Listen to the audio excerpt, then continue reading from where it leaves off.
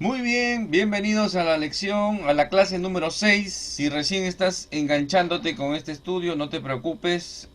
Cada clase tiene su peculiaridad, su enseñanza, su lección, ¿de acuerdo? Así que estamos avanzando poco a poco, pero hay bastante material por cubrir, así que vamos a comenzar. En este bloque vamos a tomar este segmento del capítulo 3 de Mateo, desde el 7 hasta el 10.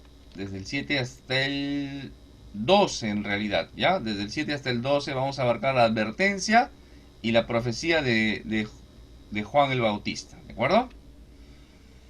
Muy bien, dice el 7, versículo 7, pero al ver que muchos fariseos y saduceos venían a su bautismo, les dijo: generación de víboras, ¿quién os enseñó a huir de la inminente ira venidera? Está hablando Juan el Bautista, se acercan unos religiosos, los religiosos de la época. Eh, Juan el Bautista venía preparando el camino al Rey, al Señor Jesús. Viene convocando a la gente al arrepentimiento, que se aparten de su mal camino. Y en ese interín aparecen también los religiosos de la época, ¿no? Eran de unas facciones del judaísmo, los fariseos y saduceos. También tendríamos de repente que mencionar a otros dos, que son los celotes o cananistas, y que eran unos revolucionarios nacionalistas, y también los esenios. Esenios son otra facción también, pero estos fariseos y saduceos eran los que tenían más preeminencia. Es más, lo vamos a encontrar bastante, lo vamos a ir conociendo en el camino, y el conocerlo nos va a ayudar a comprender varios aspectos de por qué el Señor incluso les llamó la atención, ¿no? Los confrontaba, y cómo estos hombres lo van a llevar a la cruz también, ¿no? Le- Estos hombres, en ambos lados tenían conocimiento de la escritura, escribas. Eran extremistas, ¿no? Extremistas en el sentido que incluso entre ellos había diferencias, ¿no? En cuanto a su creencia.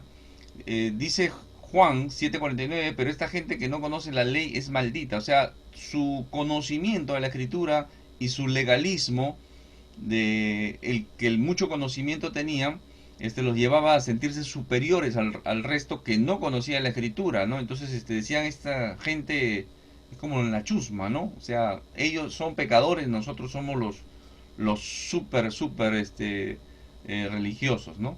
Ayunaban, diezmaban, guardaban el sábado, y tanto los fariseos eran un poco más populistas, ¿no? Eran un poco más arraigados a la parte étnica. Ah, Habían hecho de la escritura no solamente la letra de la ley, sino algunas tradiciones de ellos mismos, como se conocían las tradiciones de los ancianos. Tenía más predominancia, ¿no? Más preeminencia que la misma escritura, ¿no? Entonces, esto de acá, este estudio, nos va a ayudar, todo el estudio, todos los estudios, todas las clases, nos van a traer claridad. A través del Espíritu Santo, el Señor nos va a ir dando ese discernimiento también, para poder comprender cuando no sé, uno reconoce a un religioso, ¿no? Cómo uno puede reconocer a un religioso. Y eso es lo que resalta en estos hombres, ¿no? Sobre todo su hipocresía. Mateo 15:6: de ningún modo tendrá de honra a su padre, así habéis invalidado la palabra de Dios por vuestra tradición. El Señor Jesús también les va a llamar la atención por eso. O sea, hacían más caso de lo que sus tradiciones escritas, ¿no? Que ya venían, que la misma escritura, que en el espíritu de la palabra, ¿no? Entonces eran religiosos extremistas. Y a veces eso se da, ¿no? Dentro de las religiones, a veces vale más que la palabra de Dios lo que digan un conjunto de hombres, o a veces un solo hombre, o a veces un líder religioso, ¿no? Y eso de ahí ya nos comienza a mostrarnos lo que le fastidia a Dios, ¿de acuerdo? La hipocresía, el poner por encima de la palabra de Dios la palabra de hombres. Entonces, eso nos ayuda a discernir en cuanto a religiones y en cuanto a sectas, ¿no? Estos fariseos eran cumplidores de la ley, diezmaban lo mínimo, eran cuidadosos, hacían oraciones largas, le gustaba hacer llamar la atención, verlos como piadosos, ¿no? O en la esquina oraban, levantaban los brazos, extendían los flecos de los vestidos, ¿no? De estas túnicas que tenían, se extendían los flecos, ¿no? Se ponían las filactelias acá en la frente, en la mano, amarradas con cuero. Eran hombres muy de llamar la atención de forma externa, ¿de acuerdo? Era un religioso puro. El fariseo era ese. El saduceo era contrario, era diferente, en el sentido de que ellos no creían, por ejemplo, en la resurrección, no creían en los ángeles, no creían en el espíritu. Ellos eran de la clase alta, o sea, religiosa, política, socialmente eran diferentes. Tanto los fariseos como los saduceos eran como polos opuestos. Unos eran pegados a las doctrinas, en el caso de los fariseos, ¿no? Fundamentales. En el caso de los saduceos solamente le daban bastante énfasis al Pentateuco, a los 5 primeros libros.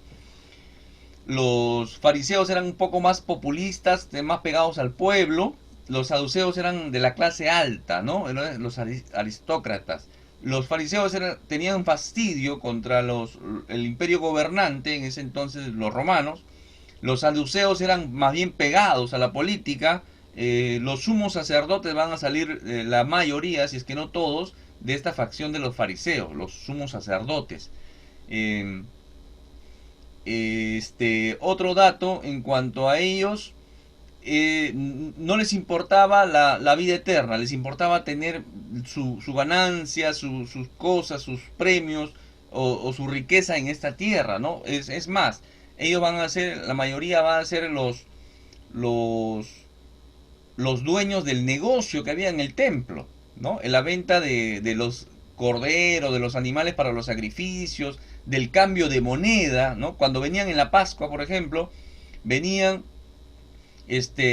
trayendo su cordero, ¿no? Para la Pascua, pero ellos eran los que certificaban. Y ellos podían decir, no, tu cordero no sirve, no certifica, tiene una falla, es falladito, es cojito, es moteado, no cumple. Entonces no lo certificaban y no era válido para el sacrificio.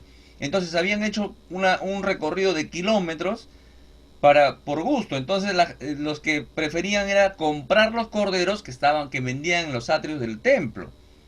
¿Por qué? Porque esos ya habían sido certificados por ellos. ¿Se dan cuenta del negocio?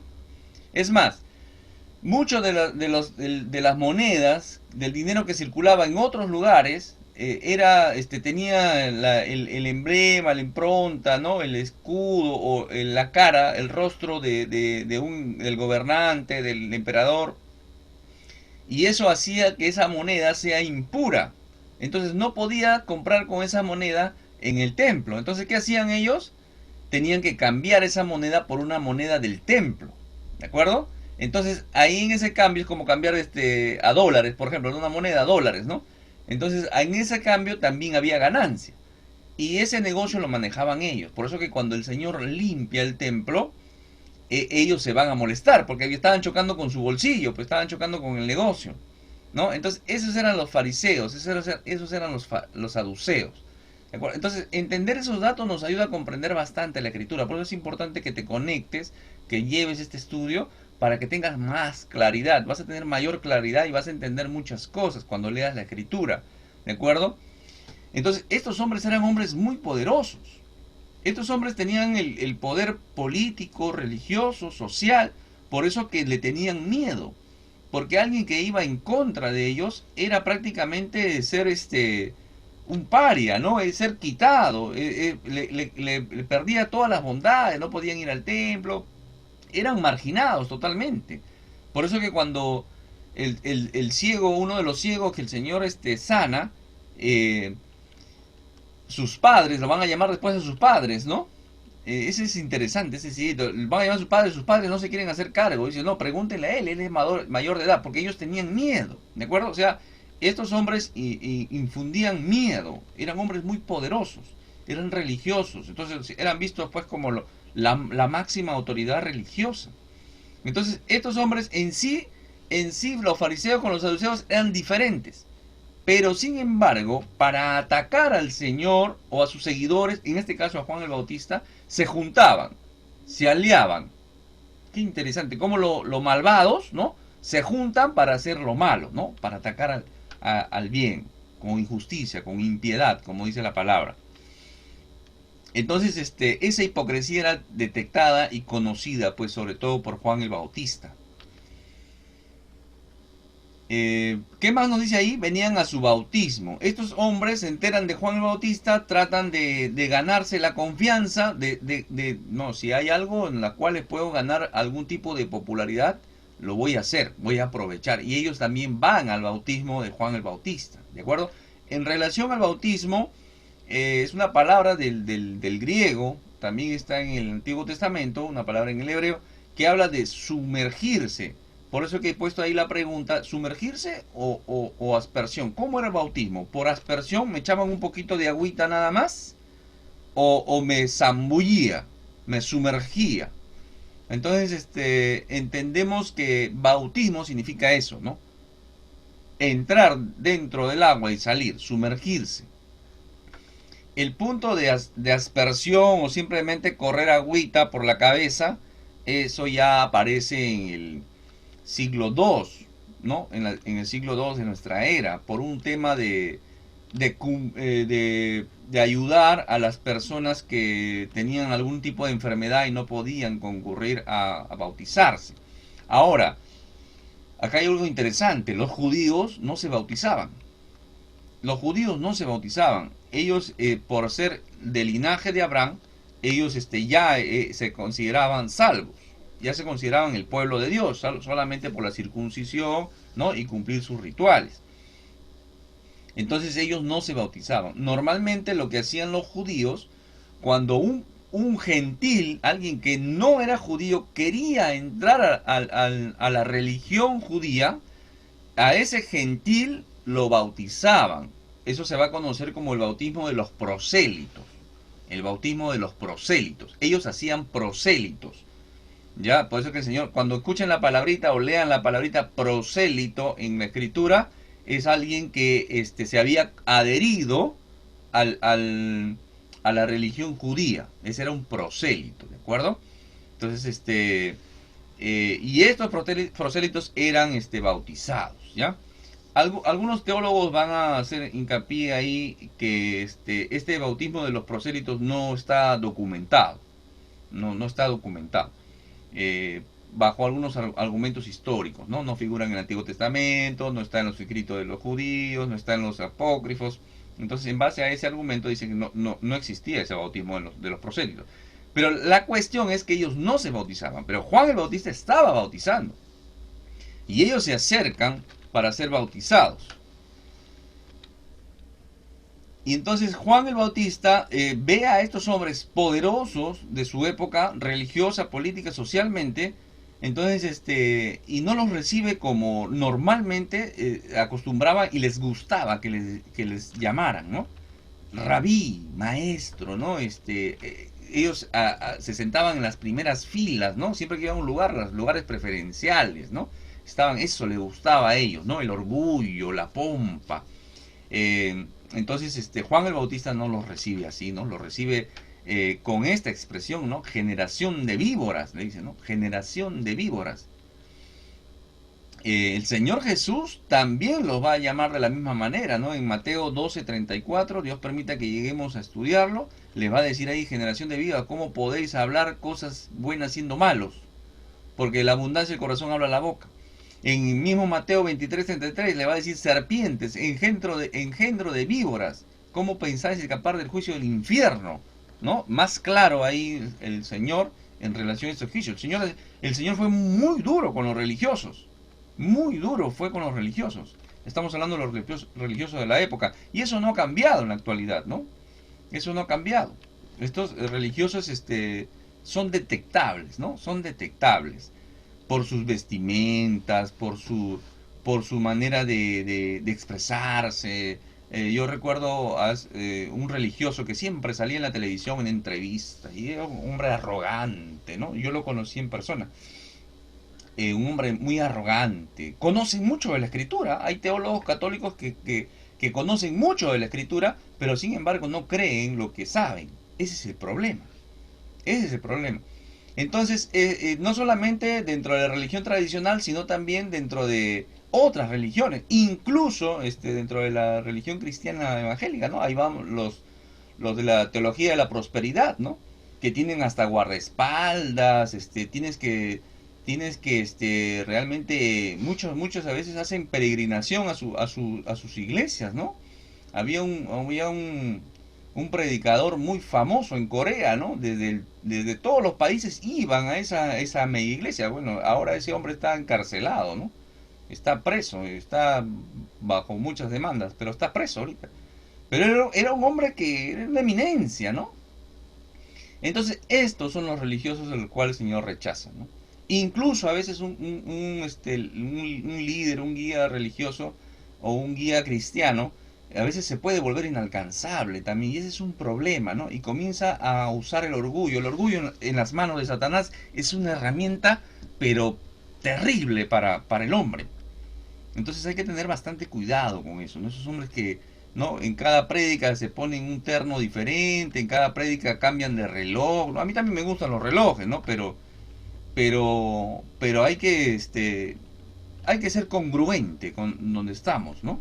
El Señor nos bendice, pero hay que ser congruente también con mis hermanos, ¿no? Tengo que tener esa igualdad. Y el líder no debe estar por encima, ¿no? Ese es un mal criterio, es un criterio bastante mundano, ¿no? El pensar que donde yo estoy, porque soy el líder religioso, ¿no? Estoy por encima de mis hermanos. Y eso es terrible, porque el siervo, mientras más hermanos tenga el que pastorear, tienen que estar por debajo, ¿no? El Señor Jesús va a agarrar su tina, su toalla y le va a lavar los pies. Ejemplo les he dado. Entonces no podemos aspirar a más.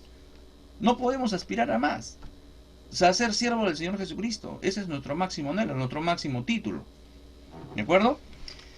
Entonces, esto cuando les dice generación de víboras, las serpientes, esto Juan el Bautista lo tenía claro, ¿no? En el desierto, a veces pequeñas matas, por el calor, había un fuego súbito y las serpientes lo que hacían era huir de este fuego. Entonces, es una imagen que él está revelando acá. Pero lo que en realidad está diciendo no es tanto a la serpiente como reptil, ¿no? Sino como generación o descendencia del mismo Satanás. Juan 8:44 dice: vosotros sois de vuestro padre, del diablo, y los deseos de vuestro padre queréis hacer. Él era homicida desde un principio y no se mantuvo en la verdad, porque no hay verdad en él. Cuanto habla mentira, de lo suyo habla, pues es mentiroso y padre de ella. En realidad lo que les estaba diciendo es que ustedes son hijos del diablo. Eso es lo que les está diciendo. A eso se está refiriendo. Era un insulto bastante fuerte. Y quien le dice: ¿quién les avisó? ¿Quién les enseñó para que ustedes huyan de la inminente ira venidera? Ellos conocían la escritura. Hay muchos pasajes en el Antiguo Testamento, sobre todo Ezequiel y Malaquías, el último, donde decía que va a venir el Señor y va a limpiar. Entonces ellos conocían la escritura. ¿Se dan cuenta? O sea, el conocer la escritura no nos hace salvos. El conocer mucha escritura, por eso siempre hay que tener ese criterio. Conocer a un siervo de Dios, no hay que conocerlo por lo mucho que sabe de la Biblia, sino de lo que sabe, lo que vive de la Biblia. Esos son los frutos que da a ese siervo. Por ahí hay que conocerlo. Entonces, ellos conocían, sabían que iban, y ellos querían, venían a ser bautizados también, ¿no? Querían ser limpiados, querían ganar esa popularidad. Entonces, obviamente, ¿quién les había avisado? Dios. Dios nos da esa conciencia de pecado. Todos tenemos esa conciencia de pecado. podemos darnos cuenta cuando estamos haciendo mal. El problema está que deciden hacerlo mal. Deciden hacerlo igual. Ese es un punto importante, ¿no? Hay muchas personas que me dicen, bueno, yo sé que estoy mal lo que estoy haciendo, ¿no? Cuando yo conversaba con unos compañeros, entonces me dice, yo sé, pero cuando ya sea viejito me voy a arrepentir. Cuando ya sea viejito me voy a arrepentir. ¿Y quién te ha dicho que cuando vas a llegar a viejito? ¿Cómo sabes tú que vas a llegar a viejito? ¿De acuerdo? Entonces lo repito porque esta es una expresión común. Seguramente ustedes de repente lo van a escuchar también. Tú no sabes si vas a llegar a viejito. Y sabiendo, de repente llegas a viejito o antes de morir, dice, ya Señor, me arrepiento de todo lo malo que he hecho. ¿Tú crees que el Señor no conoce tu corazón? Por supuesto. ¿Y tú crees que puedes engañar a Dios? Eso es pensar que Dios es tonto, pues hermanos. Y no es así. Entonces la ira, le está diciendo, la ira que está llegando, la ira que está viniendo. Hay un juicio pendiente para el pecador rebelde. Hay un juicio pendiente para el pecador rebelde. Y acá está Juan 3:18, ¿no? Quien cree en él, o sea, en el Señor Jesús, no es juzgado. El que no cree ya ha sido juzgado, porque no ha creído en el nombre del unigénito Hijo de Dios. ¿No crees en Cristo? ¿No crees en Dios? Ya estás complicado desde ahí. Romanos 1:18. Porque la ira de Dios está siendo manifestada desde el cielo contra toda impiedad e injusticia de los hombres que detienen con injusticia la verdad. Muchas personas a veces terminan, son malvados, injustos, impíos, y irán al infierno. Seguramente que sí irán al infierno. Pero hay muchos juicios que se dan a veces en esta vida también. Entonces el Señor no pasa por alto al injusto. Y hay que tener bastante cuidado con eso. Efesios 5:6.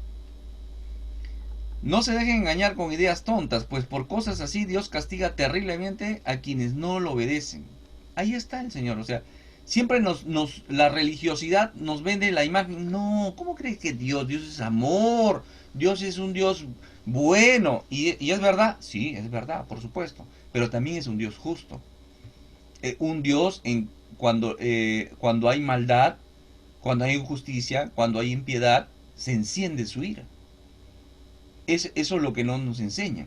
No, como Dios va a haber un infierno, no, pero en la escritura está. Hay un juicio inminente. Colosenses 3, del 5 al 6 dice, por eso, den muerte a todos sus malos deseos, no tengan relaciones sexuales prohibidas, no sean indecentes, dominen sus malos deseos y no busquen amontonar dinero, pues es lo mismo que adorar a dioses falsos, o sea, idolatría. Todo esto hace que Dios se enoje con los desobedientes. Ahí está, me gusta esta versión, traducción del lenguaje actual, si lo quieres buscar. ¿Qué tenían que hacer entonces? Dar frutos dignos de arrepentimiento. Frutos dignos de arrepentimiento. El arrepentimiento es el paso fundamental para cambiar todo esto, para salir de ese camino de muerte. Yo estoy en un camino de muerte y me están diciendo y me dice el Señor, me da esa convicción, entendimiento, lo entiendo en mi corazón y muevo mi voluntad y me doy la vuelta. Y vuelvo a la cruz. Y vuelvo a la cruz. Entonces, el arrepentimiento no es un cambio,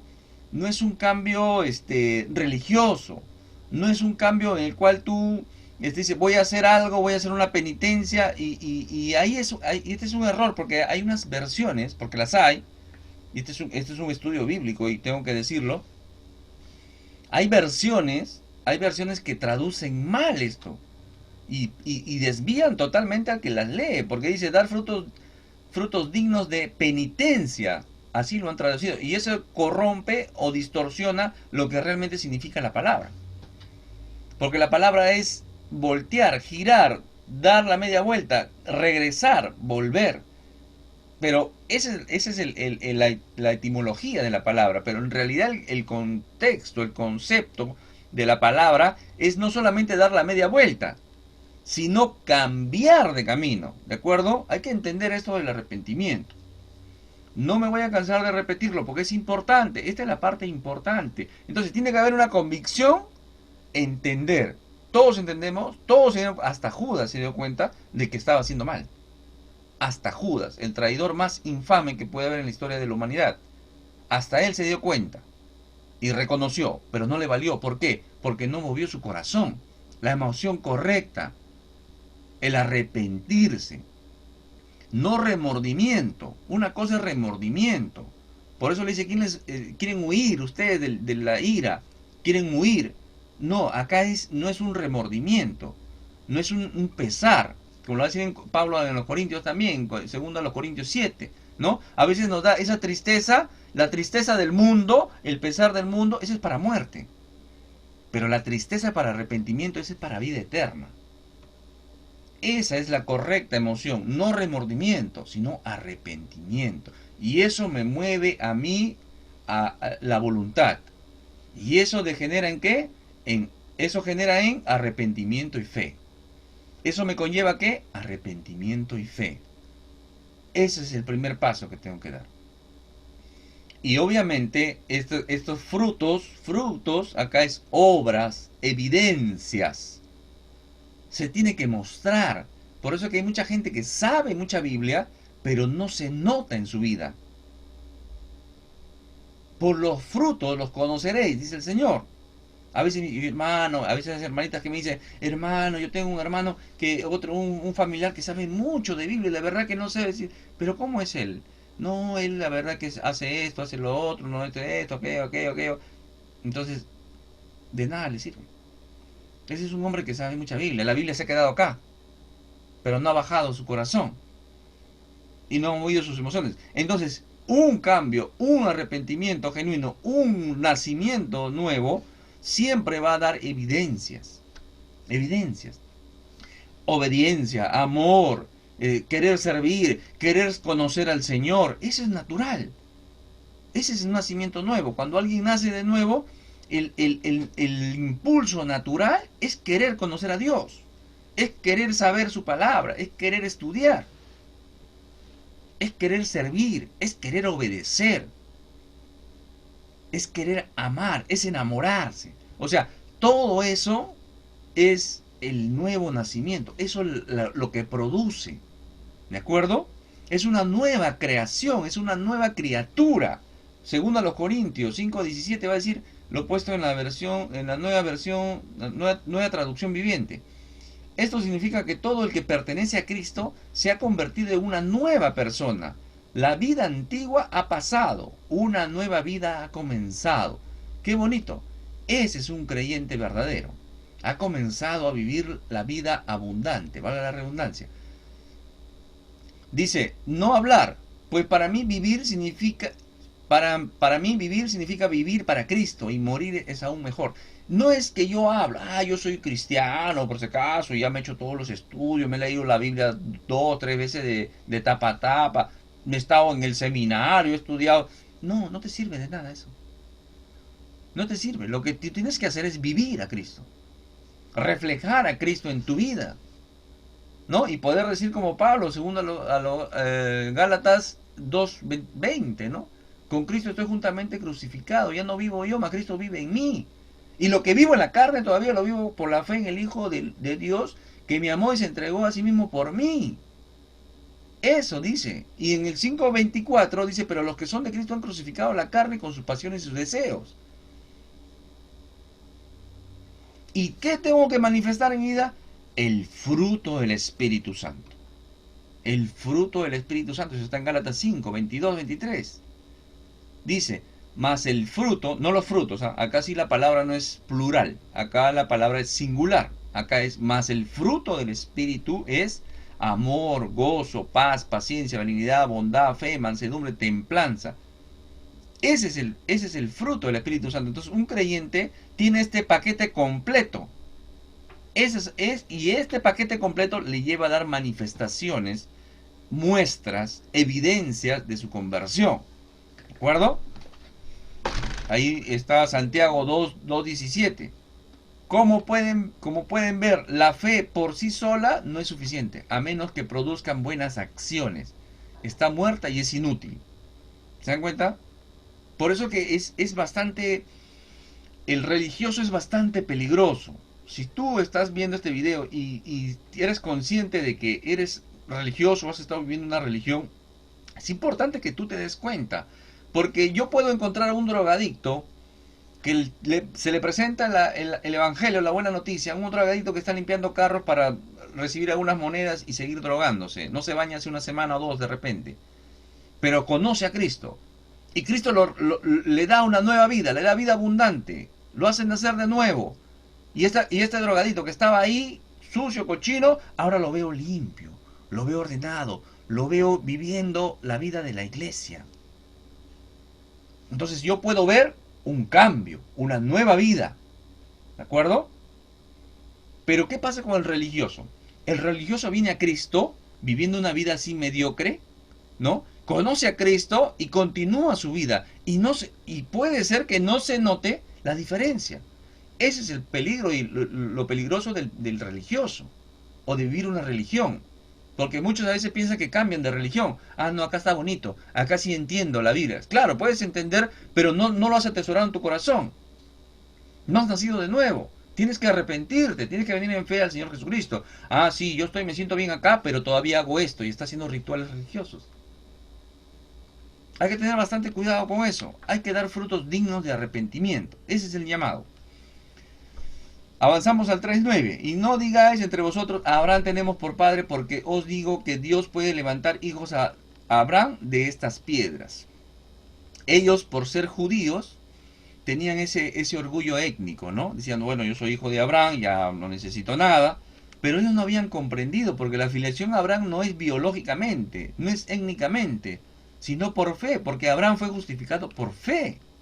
Y todos los que creemos por fe, nos volvemos hijos de Abraham, porque nos acogemos por fe al Señor Jesucristo. Eso está en Génesis 15:6, dice, y Abraham creyó al Señor, y el Señor lo consideró justo debido a su fe. Romanos 4, en el versículo 3, versículo 9, 21 al 22. En estos versículos dice lo siguiente, pues las escrituras nos dicen, Abraham le creyó a Dios, y Dios consideró a Abraham justo debido a su fe. Ahora bien, ¿es esta bendición solamente para los judíos o es también para los gentiles incircuncisos? Como venimos diciendo, Dios consideró a Abraham justo debido a su fe. Abraham estaba plenamente convencido de que Dios es poderoso para cumplir todo lo que promete. Y debido a su fe, Dios lo consideró justo. Santiago también, 2.23.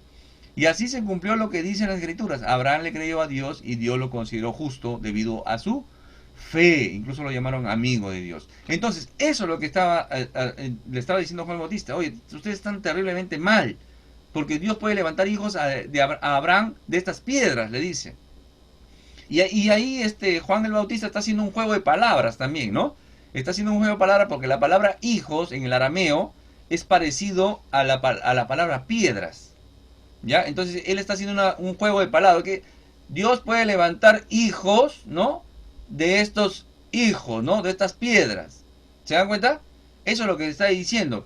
Y eso es interesante porque el judío, el religioso, el fariseo, el saduceo que estaban ahí, entendían lo que Juan el Bautista le estaba diciendo.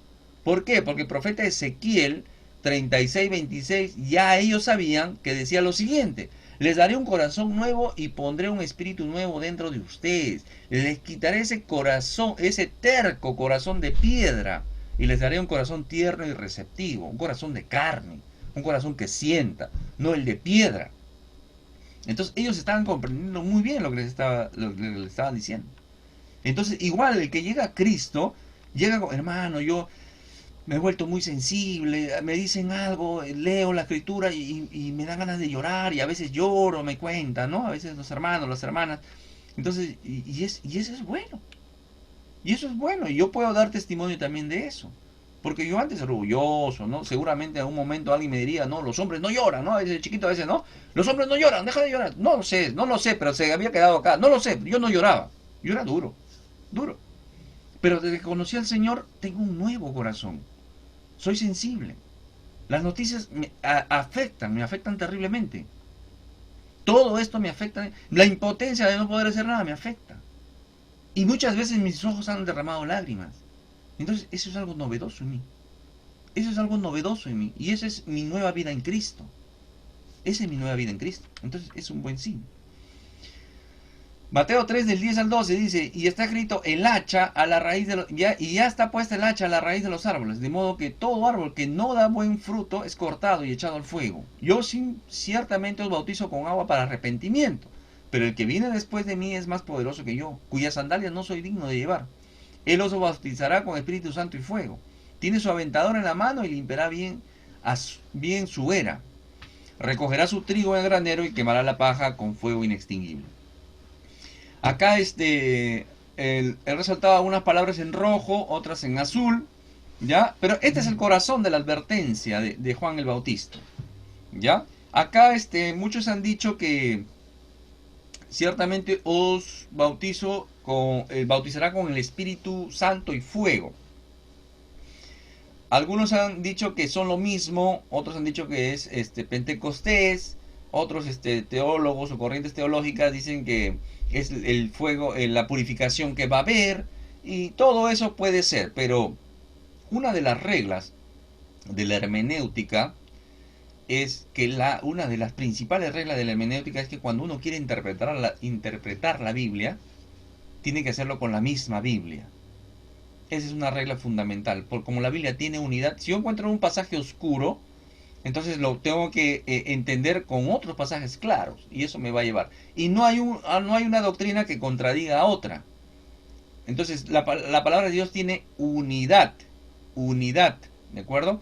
Entonces yo en el versículo 11 estoy leyendo, yo ciertamente bautizo con agua para arrepentimiento. Estaba limpiando el camino, estaba llamando al arrepentimiento a Juan el Bautista, pero el que viene después de mí es más poderoso que yo, cuyas sandalias no soy digno de llevar. Cuyas sandalias no soy digno de llevar era la función de un esclavo.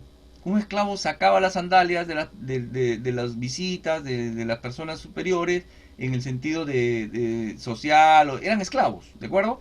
Ellos sacaban las sandalias y lavaban los pies. Era una labor de esclavo. Entonces cuando Juan el Bautista está diciendo yo no soy digno ni siquiera de llevar sus sandalias, entonces estaba diciendo eso, que el que venía después de él era más poderoso. Estaba hablando del Señor Jesucristo. Y le dice, yo los bautizo para arrepentimiento, con agua para arrepentimiento, pero Él los bautizará con el Espíritu Santo y fuego. El Espíritu Santo, de la obra que hace el Espíritu Santo en el creyente, viene en Pentecostés, sí, el Espíritu Santo viene en Pentecostés. Y fuego, acá fuego se refiere al fuego del infierno, al fuego de juicio, ¿de acuerdo? ¿Por qué? ¿Por qué digo eso? Porque en el versículo 10 dice, el hacha está en la raíz de los árboles. ¿El hacha para qué era? El hacha, cuando dice que está en la raíz de los árboles, está diciendo que ya ese árbol, un par de hachazos, si es que no uno más, y se cae. ¿De acuerdo? Porque todo árbol que no da buen fruto es cortado. ¿De acuerdo? El Señor Jesús va a hacer una parábola de esto, ¿no? De ahí viene el Señor y dice, oye, esta higuera no da fruto ya 3 años. Ya, córtalo y quémalo. Y el que estaba cuidando, ¿no? Estaba cuidando la chacra, le dice, Señor, deme un año más, yo la voy a cuidar, la voy a abonar, ¿no? Voy a trabajar la tierra, a ver si da fruto un año más, si no ya lo cortamos, ¿no? Entonces, esa es la paciencia de Dios, esperando que alguien dé frutos, que se manifieste el fruto del Espíritu Santo en su vida. ¿De acuerdo? ¿Y por qué más este fuego es el infierno? Porque el siguiente versículo, uno antes y uno después, dice, tiene su aventador en la mano. Su aventador. Algunas traducciones van a decir bieldo. Para comprenderlo un poco mejor a nosotros, este es un rastrillo, ¿no? Era un rastrillo de madera, con puntas de madera, ¿no? Punta de madera. Se aplanaba un terreno dentro de la chacra y con este rastrillo se levantaba, ¿no? Después de haber machacado el trigo, por ejemplo, se levantaba y el viento que hacía, el viento se llevaba la paja y la corría para un lado. Y caía solamente el grano, caía solamente el trigo. Entonces era una técnica, ¿no? Una técnica, alguna vez yo lo he visto hacer de manera en una batea, ¿no? Una batea, cuando el arroz, no sé, los más veteranos se acordarán, el arroz, ¿no? A veces el arroz se pelaba y, ¿no? Se tiraba hacia arriba y se soplaba y salía la pajilla, ¿no? Entonces esa es la idea, el trigo va al granero y el resto, ¿no? La paja, lo inservible, se va al fuego para ser quemado. ¿De acuerdo? Acá está Mateo 13, 40, 43. Dice, cuando Dios juzga todo será como cuando se arranca la mala hierba y se quema. Yo, el Hijo del Hombre, enviaré a mis ángeles para que saquen de mi reino a todos los que hacen lo malo y obligan a otros a hacerlo. A esas personas los ángeles las echarán en el infierno y allí estarán ahí tendrán tanto miedo que llorarán y rechinarán los dientes. Pero los que obedecen a Dios brillarán en el reino del Padre como brilla el sol. Ustedes, si en verdad tienen oídos, presten atención. Eso es lo que está diciendo el Señor. ¿Ya?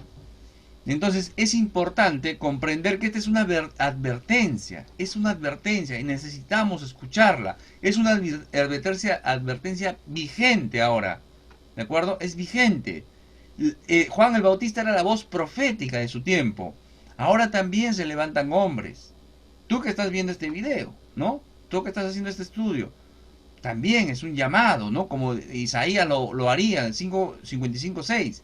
Isaías dijo, ahora es el momento oportuno, busquen a Dios, llámenlo ahora que está cerca. Aprovechen, ahora, el mismo Noé, ¿no? Pregonero de justicia, lo va a decir. 120 años, nadie se convirtió. Él y su familia nomás se salvaron. Después muchos seguramente quisieron entrar en el arca, pero ya el arca estaba cerrada. El arca ya estaba cerrada. Nadie podía entrar. Nadie. Yo te voy a dejar una tareita. Te voy a dejar una tareita. ¿Ya? ¿Sabes tú quién cerró el arca de Noé? Es una tareita para ti. ¿Ya? Búscalo en tu Biblia. ¿Quién cerró el arca de Noé? Búscalo. Te voy a dar una pista. ¿Ya? Génesis 6, 7, 8, 9. Por ahí debe estar. ¿Ya? Para el 6, búscalo. ¿Ya? Y vas a ver quién cerró el arca. Nadie más pudo entrar, nadie más entró. Seguramente muchos se habían arrepentido, se dieron cuenta, comenzó la lluvia, comenzó a subir el agua, muchos querían entrar y seguramente que Noé tuvo pena. Pero ya nadie podía entrar. Igualmente es ahora. Cristo está cerca, Cristo viene. Pero ya después de no hay oportunidad. Después de esta vida ya no hay otra oportunidad. Ojo con eso. ¿De acuerdo? Entonces acá hay un anuncio de juicio. Hay un llamamiento al arrepentimiento. Cristo es el único en quien hay salvación. Él es el más poderoso que yo. Él es el que bautiza con el Espíritu Santo y fuego, ¿no? Y qué interesante porque el agente normalmente a veces dice, el Espíritu Santo te ha bautizado. No, el Espíritu Santo no es el agente bautizador. El agente bautizador es Cristo. ¿De acuerdo? En este caso, Cristo es el que envía al Espíritu Santo y el Espíritu Santo bautiza a la iglesia en este caso. Que y fuego también, Cristo también es el que te manda al infierno, el que te bautiza en el infierno, te mete en el fuego. Bueno, te animo a leer Apocalipsis 14:10, si mal no recuerdo.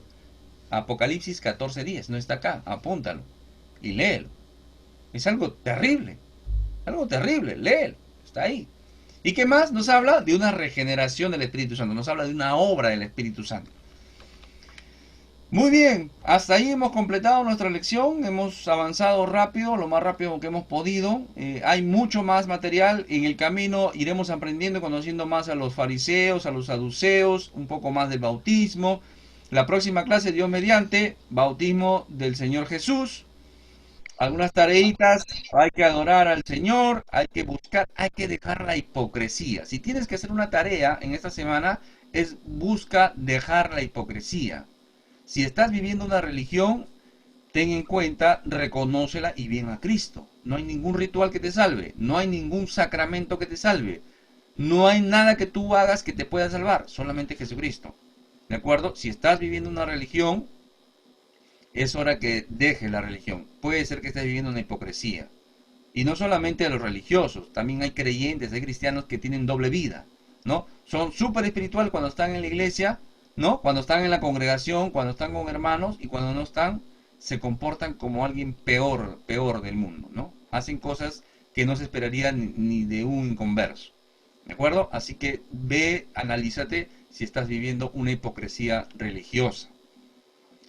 Muy bien, y ya está también el hacha puesta a la raíz de los árboles. Por tanto, todo árbol que no da buen fruto es cortado y echado en el fuego. Ya, este gráfico me llamó la atención, lo encontré por ahí. me llamó la atención porque en realidad cuando el hacha dice que está puesta a la raíz del árbol, está esperando solamente un par de hachazos más, si es que no uno, para ser derrumbado y quemado. Así que no desperdiciemos la oportunidad. Que Dios les bendiga. Fue con ustedes Jorge Ocampo, siervo del Señor Jesucristo.